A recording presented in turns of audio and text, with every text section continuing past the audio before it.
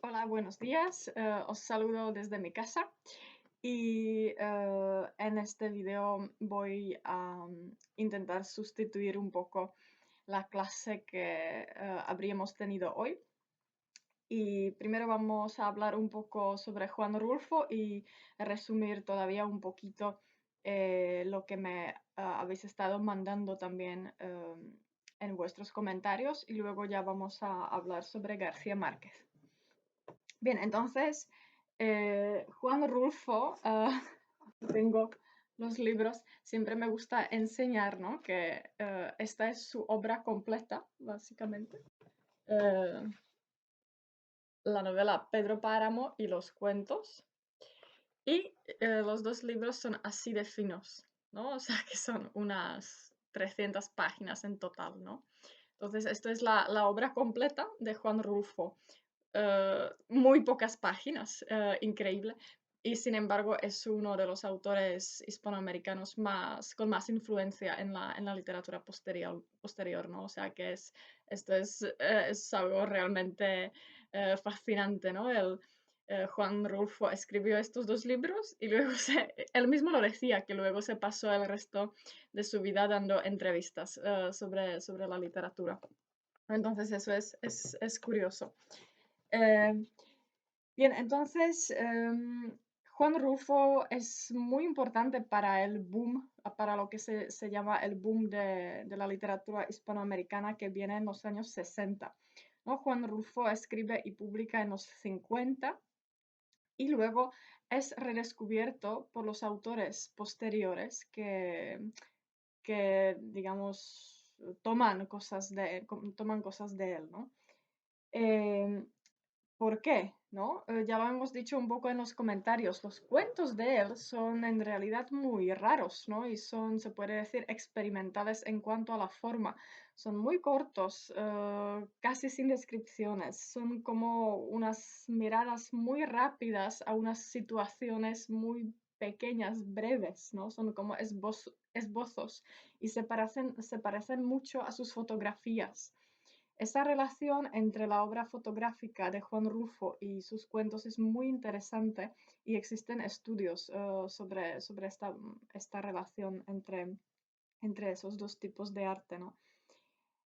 Y claro, luego la novela Pedro Páramo, que tiene una estructura rarísima y es una novela difícil de leer porque está hecha con 70 fragmentos y hay muchos saltos temporales y en muchos fragmentos, primero no se sabe muy bien quién está hablando o quién está contando su historia.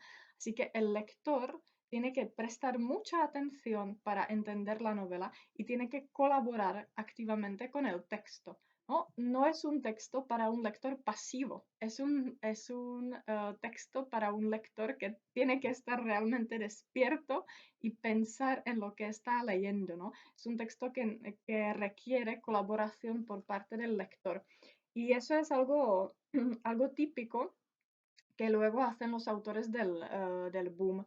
Eso se parece mucho a lo que hace, por ejemplo, Cortázar después en la novela La Rayuela, ¿no? Que también requiere un lector activo que colabora con el texto.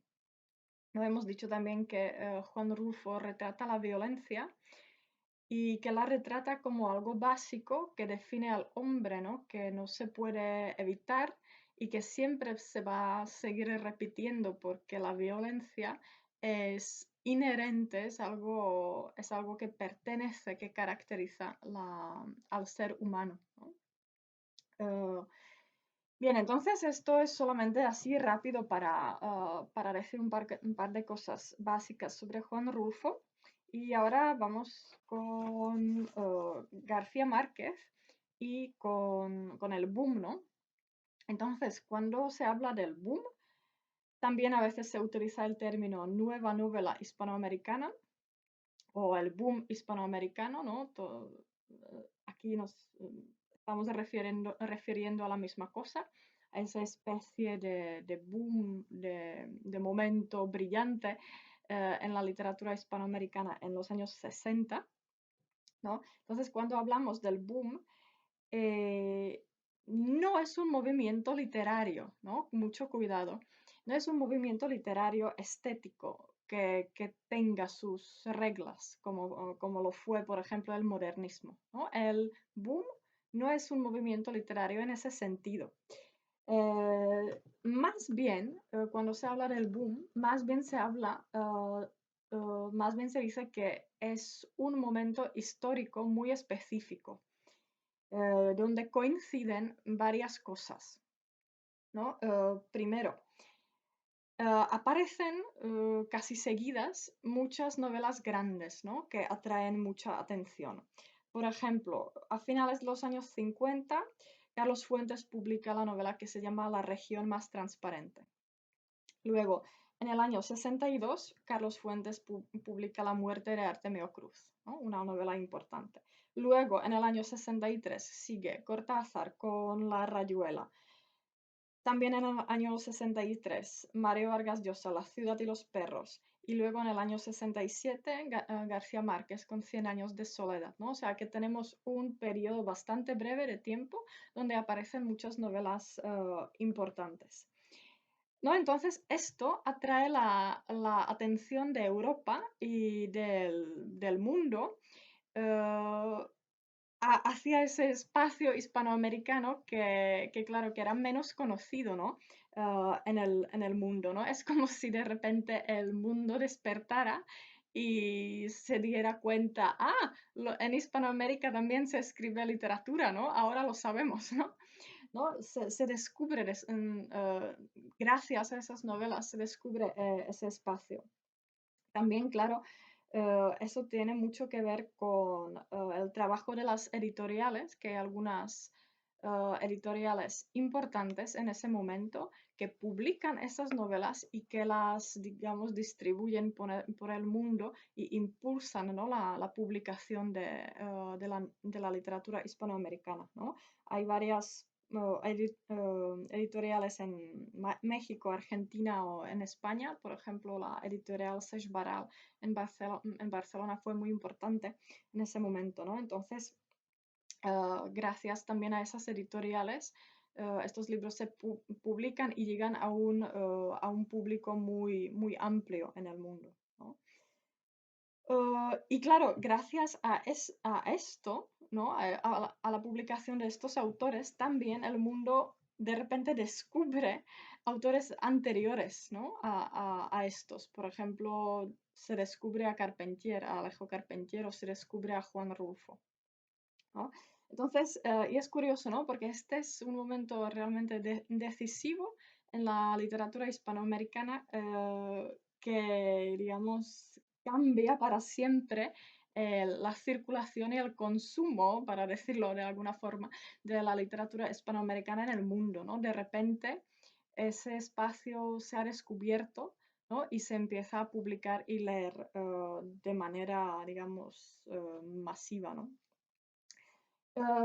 Claro, las cuatro figuras quizá que son más importantes, los cuatro escritores, son García Márquez, Mario Vargas Llosa, Julio Cortázar y Carlos Fuentes, ¿no? Esos cuatro quizás son los más importantes en ese momento y vamos a dedicarnos a cada uno de ellos ahora en las siguientes clases.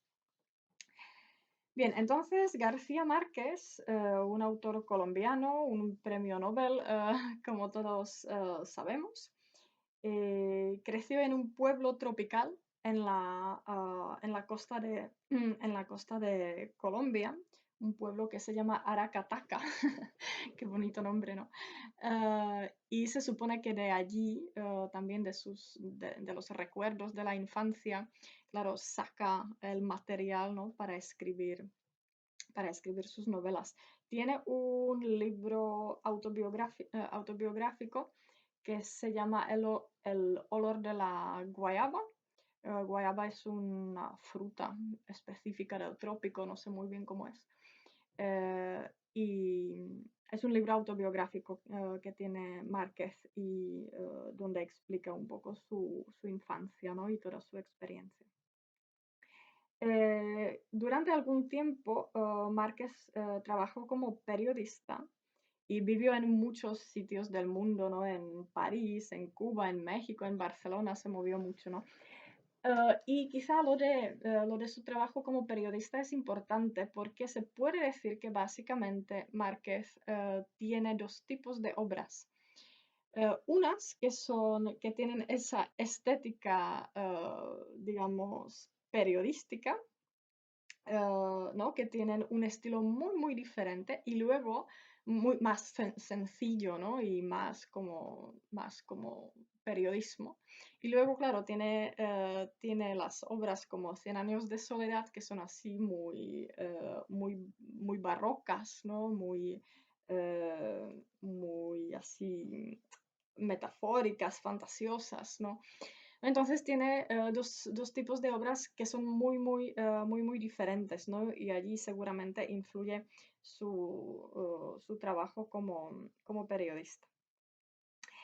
Eh, bien, entonces, básicamente en su obra a veces se habla de un antes y un después de Cien años de soledad, ¿no? Esa novela con la que se hace mundialmente famoso. Entonces, antes del año 67, eh, cuando publica Cien años de soledad, tiene algunas obras que tienen ese estilo más sencillo y austero, digamos, que se parece un poco al estilo de Hemingway, por ejemplo, ¿no? Una de esas novelas sería, por ejemplo, El coronel no tiene quien la escriba. Pero incluso antes de Cien años de soledad tiene ese otro tipo de obra, ¿no? Así más barroca, que sería, por ejemplo, la novela La hojarasca, ¿no? Que es del año 55.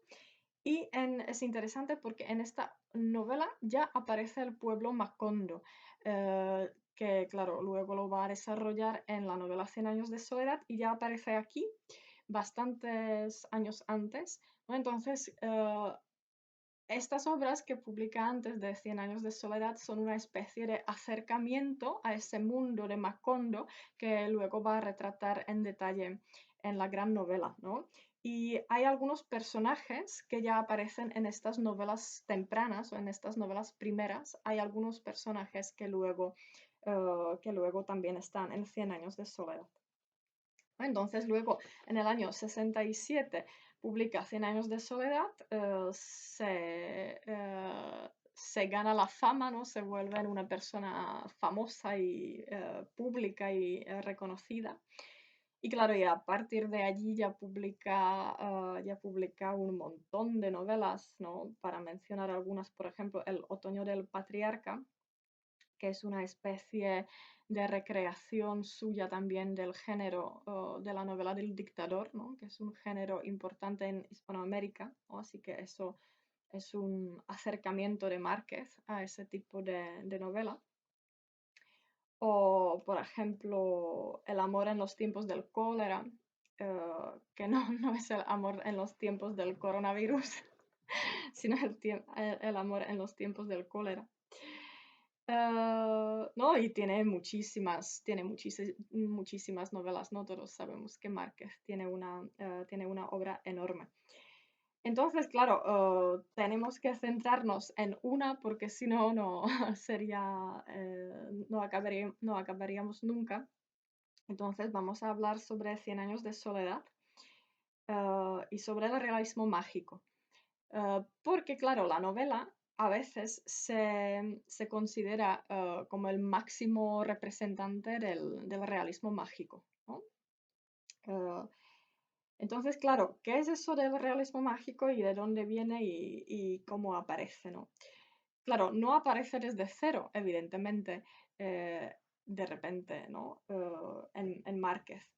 Eh, Creo que muchos de vosotros sabéis, o no sé si ya lo habéis comentado con Juan, que claro, antes del realismo mágico aparece un término que se inventa Alejo Carpentier, que es lo real maravilloso. Alejo Carpentier lo utiliza en el prólogo a la novela suya El reino de este mundo. y es su manera de acercarse a la realidad americana, ¿no? Esa realidad americana que es un poco mágica, porque en América se mezclan muchas culturas, muchos espacios diferentes, ¿no? La selva, las montañas, los animales salvajes, ¿no?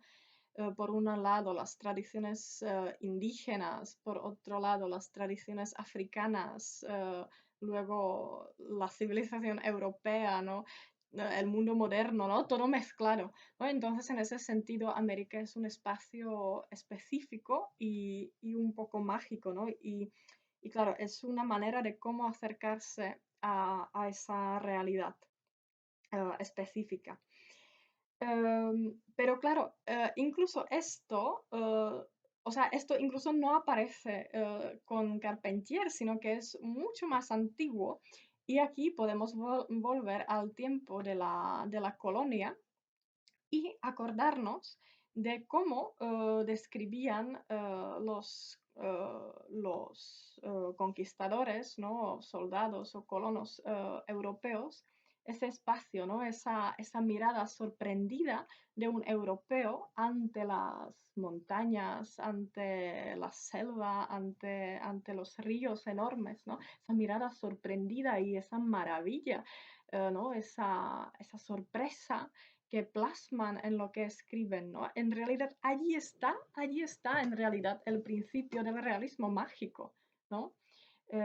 Está allí ya en las crónicas y en las cartas de la primera colonia, ¿no? Y claro, muchos autores del siglo XX y del boom vuelven en el tiempo y juegan, hacen un juego intertextual con las crónicas y con las cartas de la colonia. Márquez es uno de ellos. Carlos Fuentes también, por ejemplo, para Carlos Fuentes también es muy importante la historia, ¿no?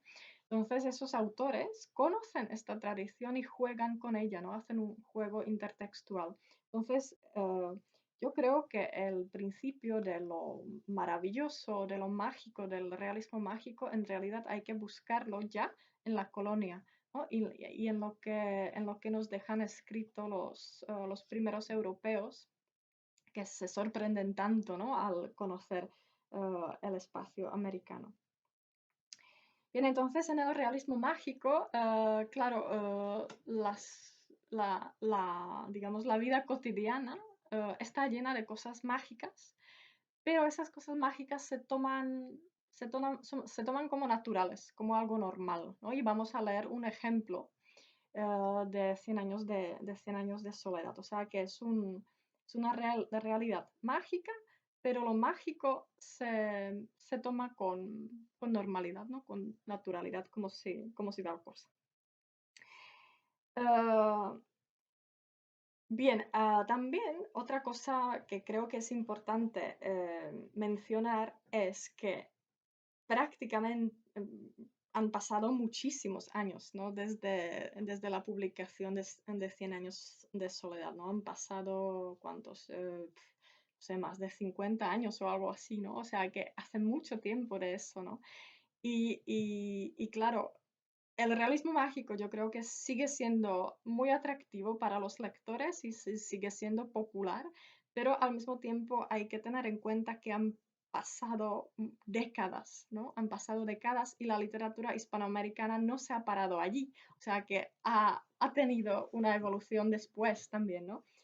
Y aquí es interesante mencionar que el realismo mágico fue muy criticado por los autores posteriores, ¿no? Sobre todo en los años 90. Eso es lo que llamaban o lo que a veces se llama el macondismo, ¿no? Toman el nombre de Macondo eh, para inventar ese término, macondismo, ¿no? Para criticar el realismo mágico. ¿Por qué lo critican? Pues porque dicen que el realismo mágico es, primero, es una cosa, es una manera de hacer la literatura muy atractiva para los lectores, una literatura que guste, ¿no? Y que guste además a mucha gente. Y además dicen que es una mirada hecha o una literatura hecha para que guste a los extranjeros, ¿no? A los extranjeros les gusta leer el realismo mágico y pensar en América como identificarla, digamos, con el realismo mágico, con esa realidad mágica, ¿no? Entonces, estos autores lo critican y dicen que es una cosa hecha para que guste a un público muy, muy grande y además a un público extranjero. Y que y que no habla y que no habla de los problemas reales que tiene Hispanoamérica, ¿no? Entonces esa es la crítica que le hacen los autores posteriores, sobre todo en los años 90. Se crea una especie de corriente o movimiento literario que se llama Mec Hondo, escrito Mec como en McDonald's, ¿no? Mec Hondo. Claro, eso es un juego, un chiste, que claro, que nos enseña, ¿no? Como si, como si el realismo mágico realmente fue una cosa hecha para los extranjeros, ¿no? Como el McDonald's, ¿no? El Mec Hondo. ¿No? Para mencionar algunos autores de esta corriente, por ejemplo, Jana Brasky, una autora de Puerto Rico, o Alberto Fuguet, un autor de Chile, ¿no? Así que eso es interesante saber ¿no? que el realismo mágico fue criticado, ¿no? Y que la literatura hispanoamericana no se para allí. Bien, entonces para hablar ahora sobre esta novela, Cien años de soledad, no se ve muy bien, da igual. Em, Bien, entonces primero un poco, eh, un poco de qué va. Básicamente es una especie de saga de 6 generaciones de la familia Buendía, ¿no? Es una saga, una saga familiar, se puede decir. Y eh, en en la novela, o la historia empieza con José Arcadio Buendía, que tiene que irse de su pueblo porque se casa con Úrsula, que es su prima. Y claro, tienen miedo del incesto y tienen miedo de que sus hijos nazcan con una cola de cerdo, ¿no? Y todo ese problema del incesto y ese miedo está presente en toda la novela, ¿no? Entonces, José Arcadio y Úrsula se van y tienen que encontrar un lugar para vivir. Entonces se van y fundan Macondo, fundan el pueblo. Macondo es un lugar fundado por ellos, ¿no? Es un lugar nuevo. ¿No? Y eso es muy importante.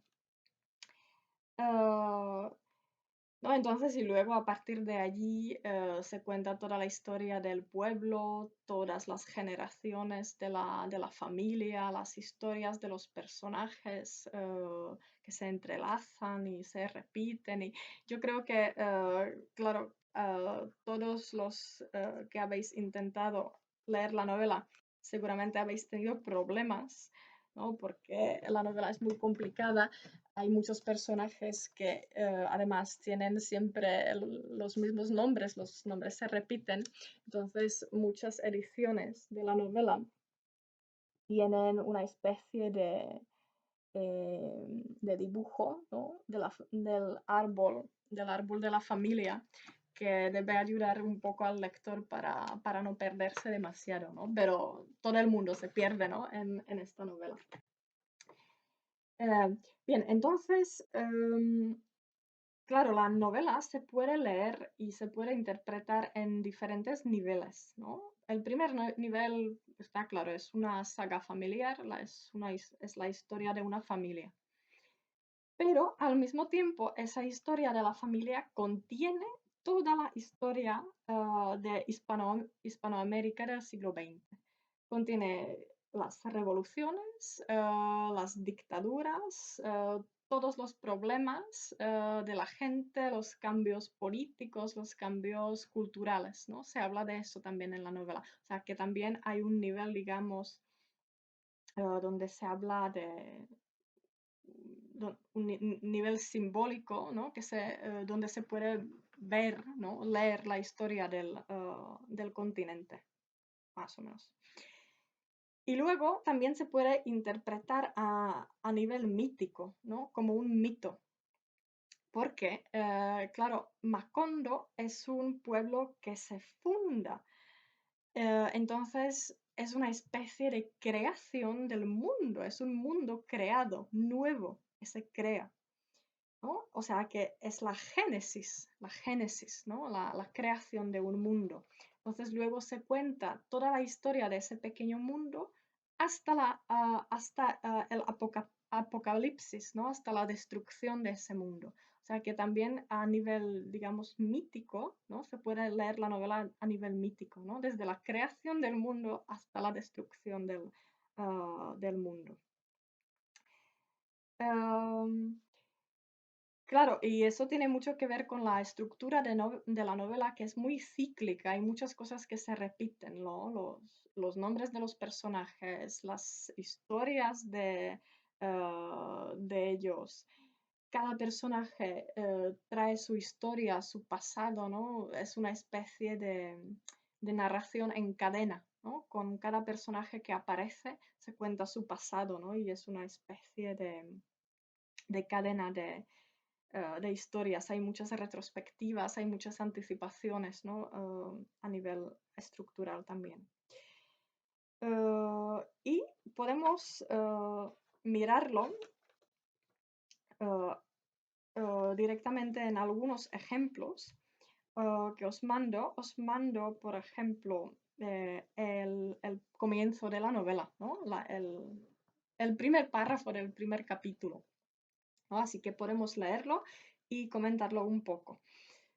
Entonces, capítulo 1, el principio mismo de la novela dice: muchos años después, frente al pelotón de fusilamiento, el coronel Aureliano Buendía había de recordar aquella tarde remota en que su padre le llevó a conocer el hielo. ¿No? Es la primera frase. Y esta frase es completamente fantástica, a mí me encanta, ¿no? Es una manera genial de empezar la novela. Porque, claro, ¿qué pasa en esta frase? Pasan dos cosas al mismo tiempo. Tenemos un personaje, Aureliano Buendía, y una cosa se nos anticipa. Sabemos que ese personaje va a morir de una muerte terrible y violenta, ¿no? Porque sabemos que muchos años después va a estar frente al pelotón de fusilamiento, ¿no? O sea, eso en checo es popravčičeta, ¿no? O sea, que va a estar delante de un pelotón de fusilamiento y lo van a matar, ¿no? Entonces eso es una anticipación, ¿no? Entonces, claro, eso es terrible porque el lector quiere saber por qué lo van a matar, ¿no? ¿Qué habrá pasado, ¿no?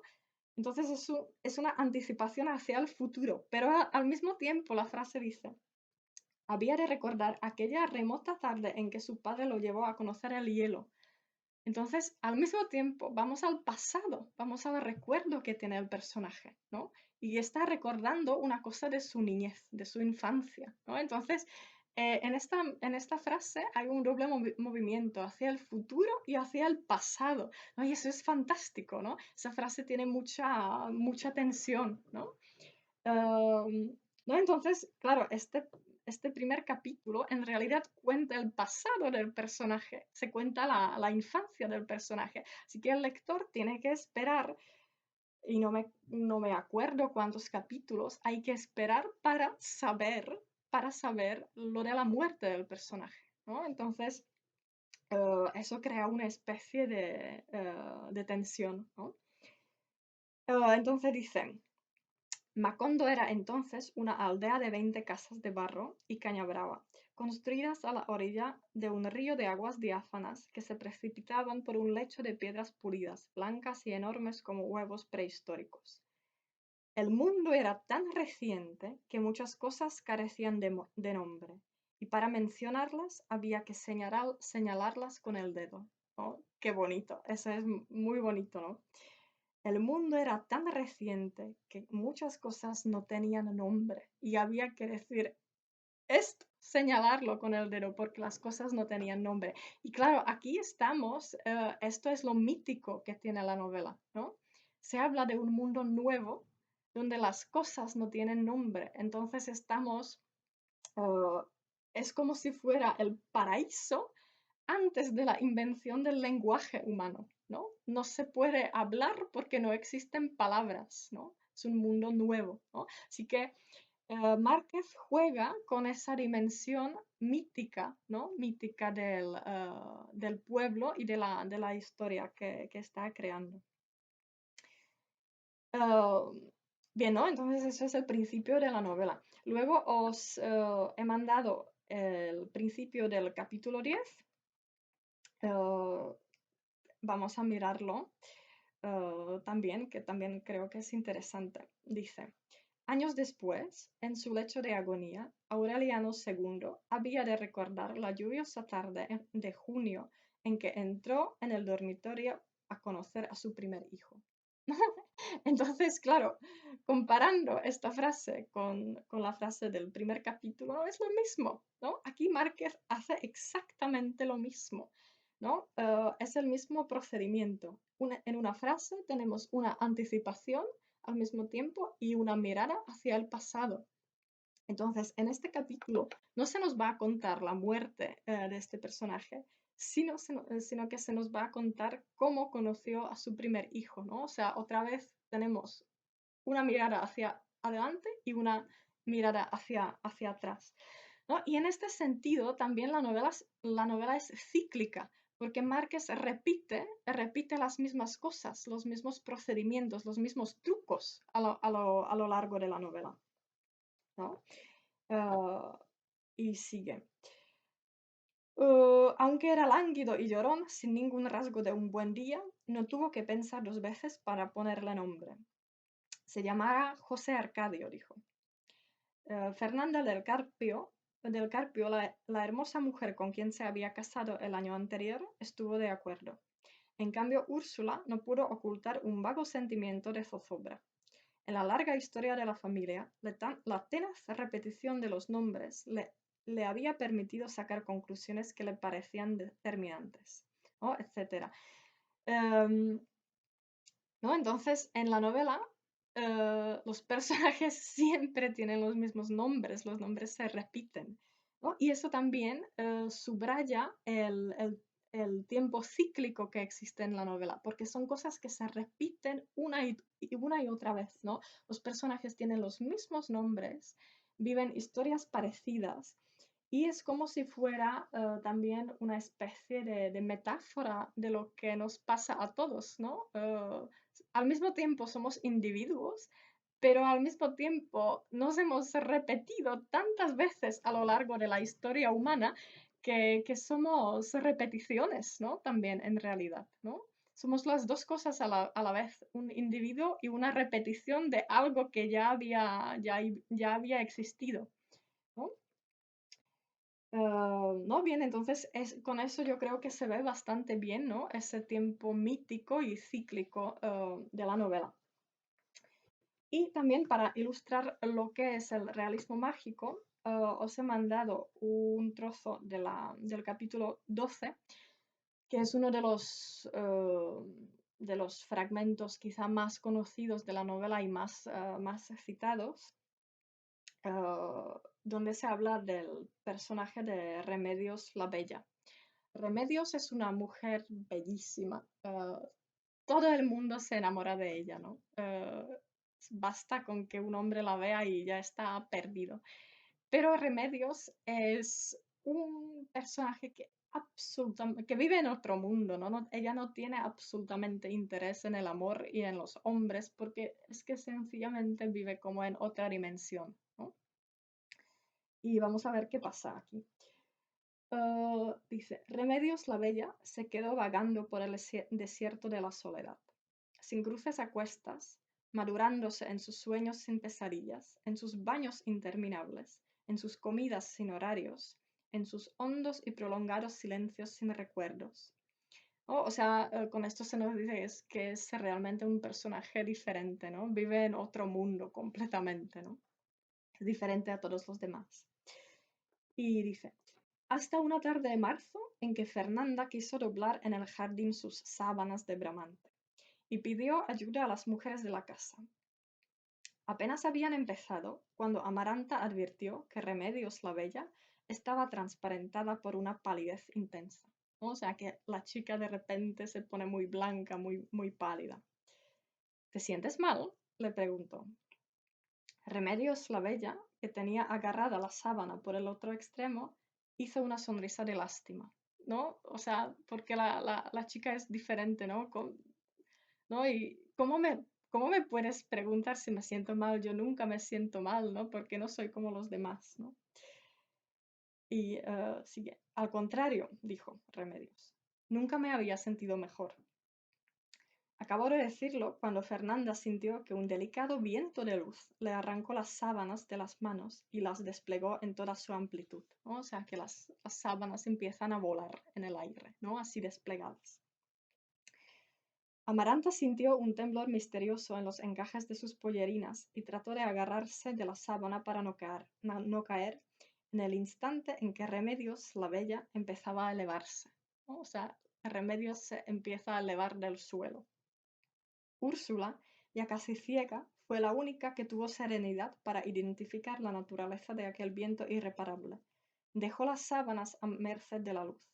Viendo a Remedios la Bella, que le decía adiós con la mano, entre el deslumbrante aleteo de las sábanas que subían con ella, que abandonaban con ella el aire de los escarabajos y las dalias, y pasaban con ella a través del aire donde terminaban las 4 de la tarde, se perdieron con ella para siempre en los altos aires donde no podían alcanzarla ni los más altos pájaros de la memoria, ¿no? O sea que la chica vuela, ¿no? O sea, eleva del suelo con las sábanas volando, ¿no? Y se pierde en el cielo, ¿no?